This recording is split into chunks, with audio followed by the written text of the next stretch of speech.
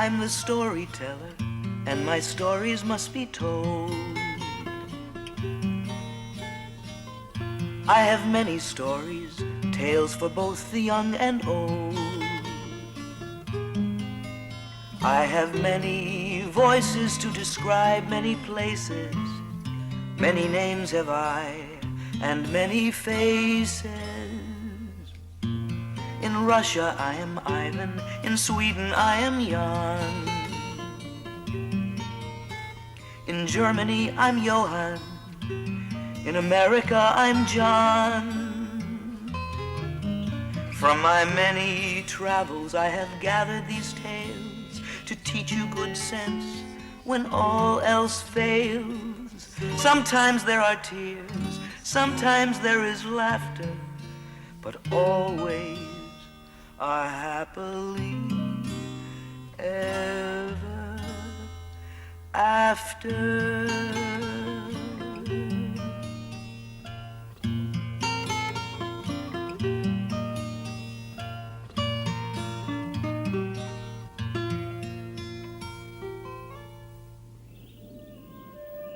Long ago and far away, in the midst of a wooded mountainous country, a poor family lived in a tumble-down cottage.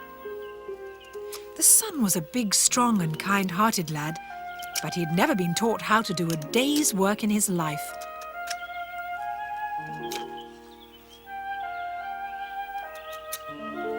As for his father, well, there was plenty to do on the farm, and each morning the old man would once again review the jobs that ought to be done that day.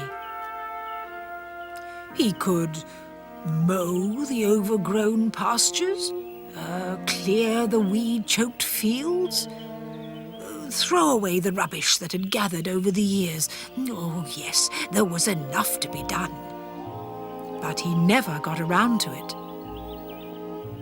As the months and years passed, the situation got worse and worse. Of course, during all this time, the boy was growing bigger and bigger. He needed more and more food. His parents loved the boy, but even they realized at last that there was scarcely enough food for themselves, let alone a hungry, growing lad. The situation simply couldn't carry on. Neighbors grew tired of giving this lazy family scraps of food. As the family simply didn't work hard enough to feed themselves, the portions at mealtimes grew meaner and meaner. There was no question about it. They would have to send their son away to seek his fortune. But what could he do? He couldn't write, he couldn't read, he couldn't add or subtract. He hadn't been trained in any trade. It seemed an insoluble problem. Desperation sharpened the old man's wits. He had an idea for just the job for his uneducated son. There was one thing that anyone could do, and that was beg.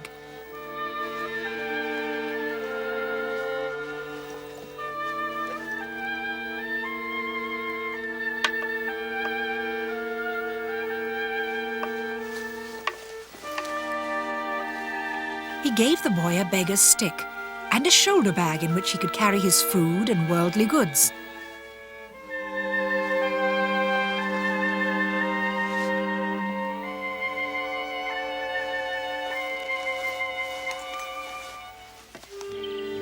Finally, he gave the boy a begging bowl in which the charitable could place their money. All his parents had left to give him were their blessings and good wishes, and thus equipped, they sent the boy on his way.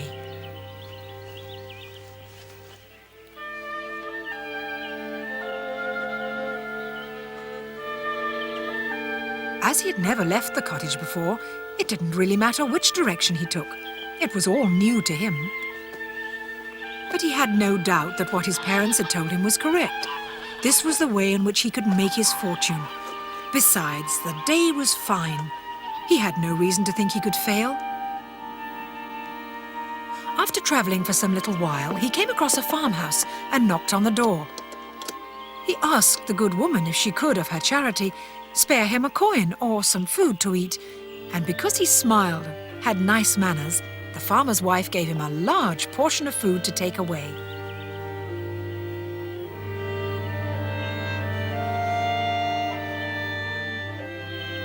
So he was in an excellent mood as he approached the outskirts of the great city. It was true. Begging was as easy as falling off a log. Surely here in the city, with its rich residents, he would find many people to give money to him. But the very first people he encountered were real beggars, ragged and starved men who pleaded for any scraps he could spare. He knew what it was like to be hungry, and he had no hesitation in sharing what he'd been given. He continued on his way with the beggar's blessings, and under the searching gaze of a mysterious woman who seemed to watch his every move. The young man carried on until he passed the doors of a great church. The congregation were just leaving. He was lucky that some, feeling very guilty about all the sins they had committed, gave him a few coins. He had a bit of money now jingling in his bowl, and the young man began to wonder what the future held for him as he strolled along, unaware that he was being watched. He began to realize that he had no home to go to, no bed to sleep on, and no place to give him shelter. Begging wasn't really such an easy option after all. Deep in thought, he was nearly knocked over by an unfortunate man turned out on his ear by an angry innkeeper. The poor fellow had been thrown out because he didn't have any money to pay for his meal. "Oh, that's hard luck," the boy sympathized. "Poor man, you're much thinner than I am. Your need is the greater." And he gave the man the money that he'd begged from the churchgoers.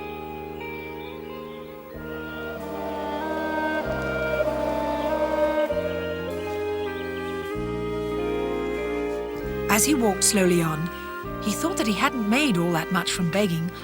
All he had to eat were some berries that he picked from a tree. And the problem of where to sleep, now the afternoon was wearing on, was becoming urgent.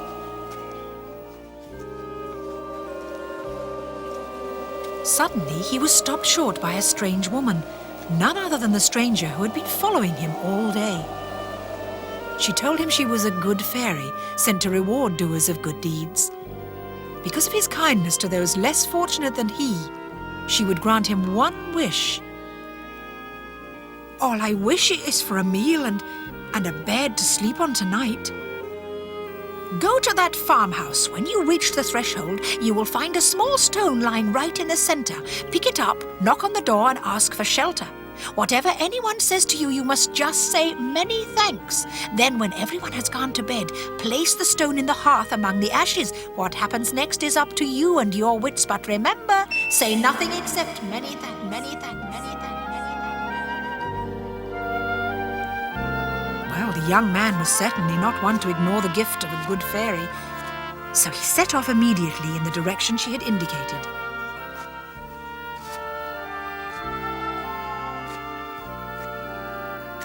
The house was some distance away, and it was quite dark by the time he arrived. He had to scramble around a bit to find the stone.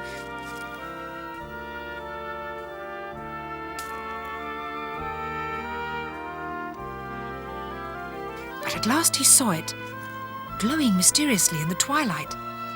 He was sure that this was the stone the fairy meant, so, taking a deep breath, he picked it up carefully and knocked on the door.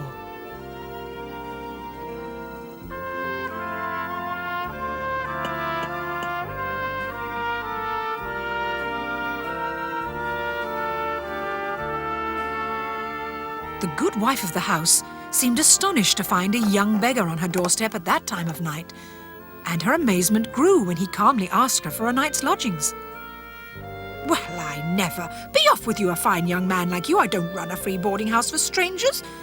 The young man, mindful of the fairy's instructions, smiled and said, "Many thanks." "You don't understand," the woman snapped. "I said I didn't have any room," and she slammed the door shut. But the young man simply knocked on the door again.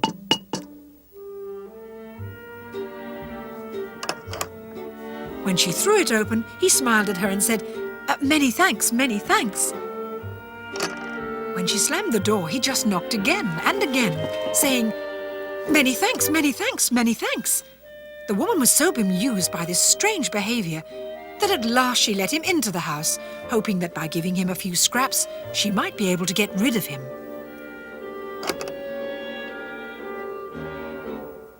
He strolled in as if he owned the place and immediately made himself comfortable in the chair at the head of the dining table.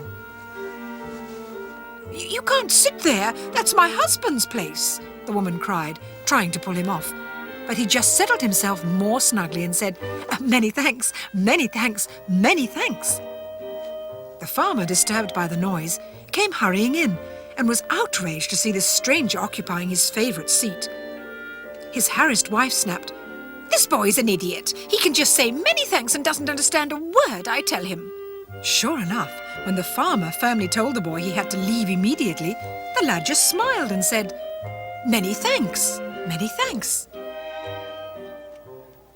While the couple debated their next step, their pretty daughter, very curious about all the noise that was going on, came in with their evening bowl of soup.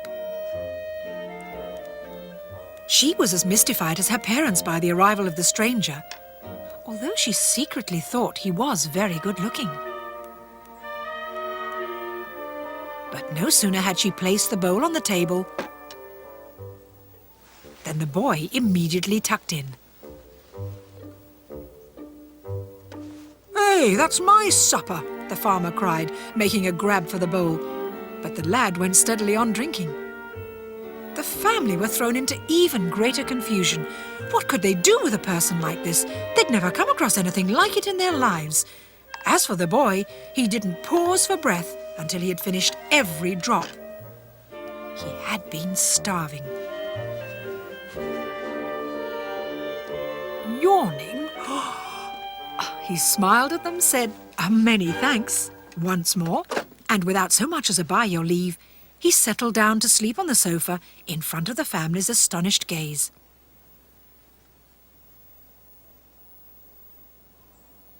The farmer and his wife decided that it was too late to do anything about their unwelcome guest that night. They would sleep on the problem and somehow get rid of him first thing in the morning.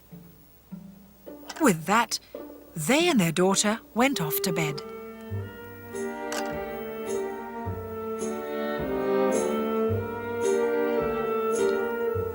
But no sooner did the boy hear the floorboards creaking in the bedrooms upstairs than he cautiously rose and quietly edged over to the fire. He had not forgotten the fairy's instructions about placing the stone in the hearth among the embers.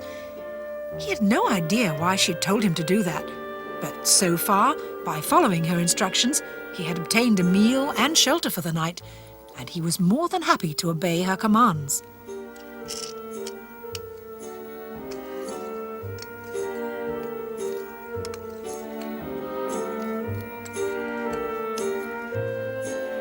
Then he went back to sleep. He was still fast asleep the following morning when the farmer's daughter was up and about to do her early morning chores. The farm was a prosperous one because the farmer and his family had always worked hard, and there were many jobs for the girl to do. She had to feed the poultry, build the fire, cook the breakfast, clean the rooms. Her thoughts were only half on her work. She was secretly pleased to find the young man still in the room, fast asleep. She was as puzzled by him as her parents were, but she was convinced that there was much more to him than met the eye. Her thoughts strayed to him again and again, and it must be said that the young man, too, was very taken by the farmer's pretty daughter. He wished that whatever the good fairy had in store for him, it included seeing a great deal more of this pretty young woman in the future.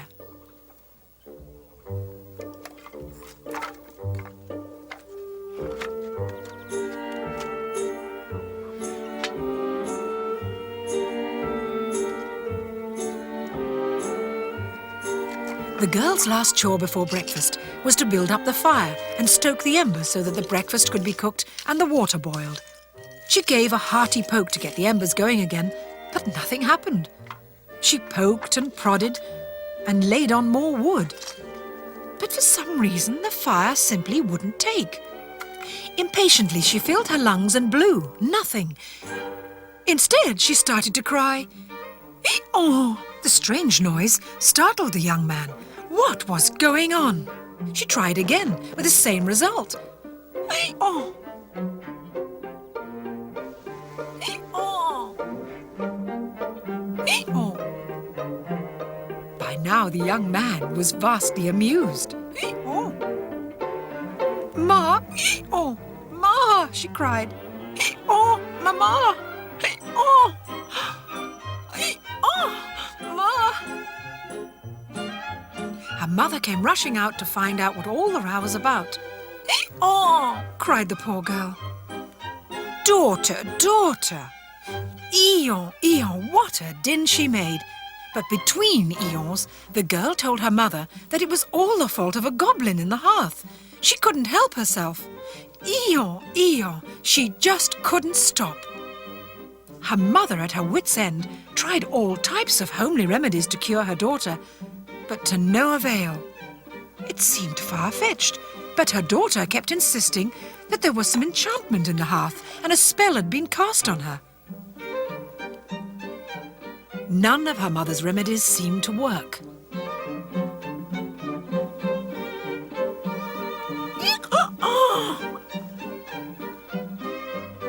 Oh, I'll get it going if you think that'll cure you, her mother cried, and knelt down to give the fire a good poke and a blow.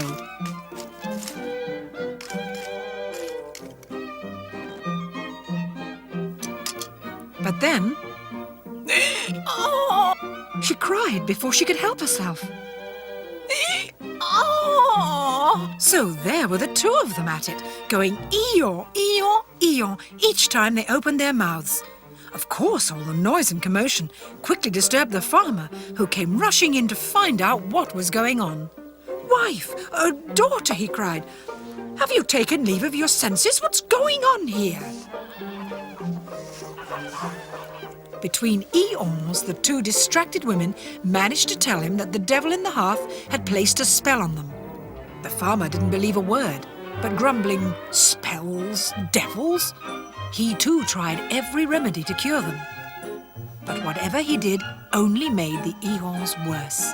The two were convinced that the fire that wouldn't burn was the cause of their complaint. Reluctantly, the farmer at last agreed that he would try to get the fire going. Then, taking a deep breath, he blew hard.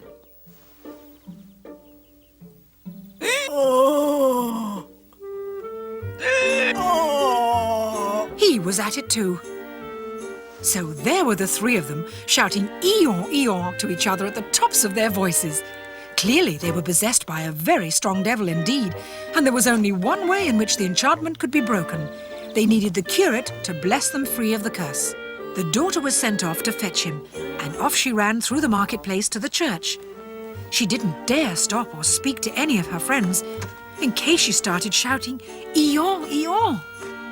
She arrived at the church nearly out of breath, and found the curate just getting ready for the morning service. He was astonished to be interrupted in such an unorthodox fashion, with a young woman shouting Eeyore, Eeyore at him very rudely. But when she managed to tell him the story, he agreed that this enchantment was of no mean order. He realized that all his holy training would be called upon to lift the curse from this poor family, and he lost no time in hurrying back with the girl to her house. Sure enough, there he found the farmer and his wife extremely hot and bothered, shouting Eeyore, Eeyore at each other. When he heard the story again, between eons, he realized that the fire that wouldn't burn was the root of the problem. He took care to bless himself against this evil. Then he uttered a prayer against all devilment.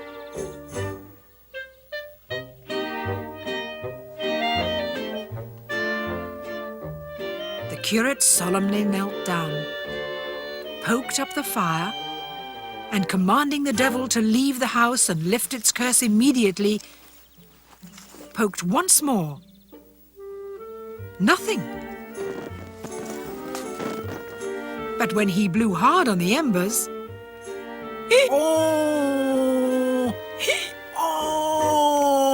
he started bellowing. Even the curate had fallen beneath this dreadful curse. Clearly a more senior, possibly a holier man of the cloth was needed before the whole village fell prey to the enchantment. So between eons, they resolved that there was just one final thing they could do, and that was to summon the village priest and beg him to come with bell, book and candle to exorcise their previously peaceful home. So the curate set off, going eon, followed by the girl going eon, eon, while her parents watched anxiously at the gate. Now, all these goings-on had caused a great deal of interest and curiosity in the marketplace. So while the curate and the girl hurried to the church, eon, eon, as fast as they could, they gathered quite a procession behind them. They found the priest just after his morning prayers, and in between eon, eon, told the whole story. He could tell immediately that this was possession of the highest degree, so gathering his Bible and his holy instruments, he hurried to the farmhouse with his two companions, shouting eon, eon as they ran next to him, and all the village lads hot on their heels. This strange procession at last reached the house.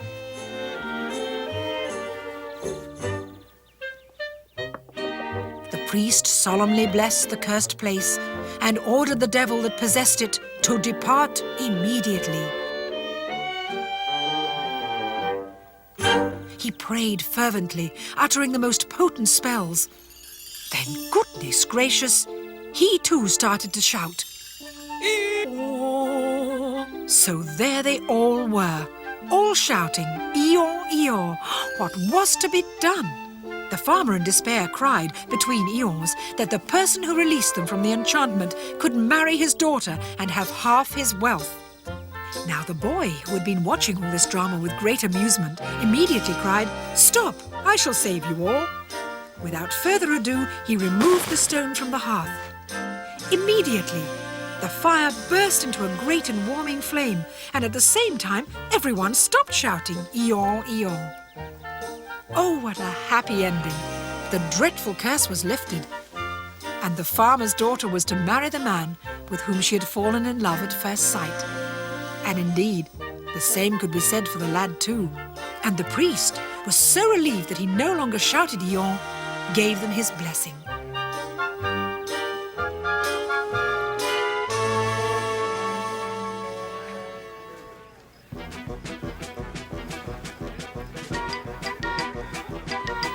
The wedding was celebrated with a great feast in which the whole village joined. It was felt by one and all that the farmer was very lucky to have a son-in-law who was guided by a good fairy.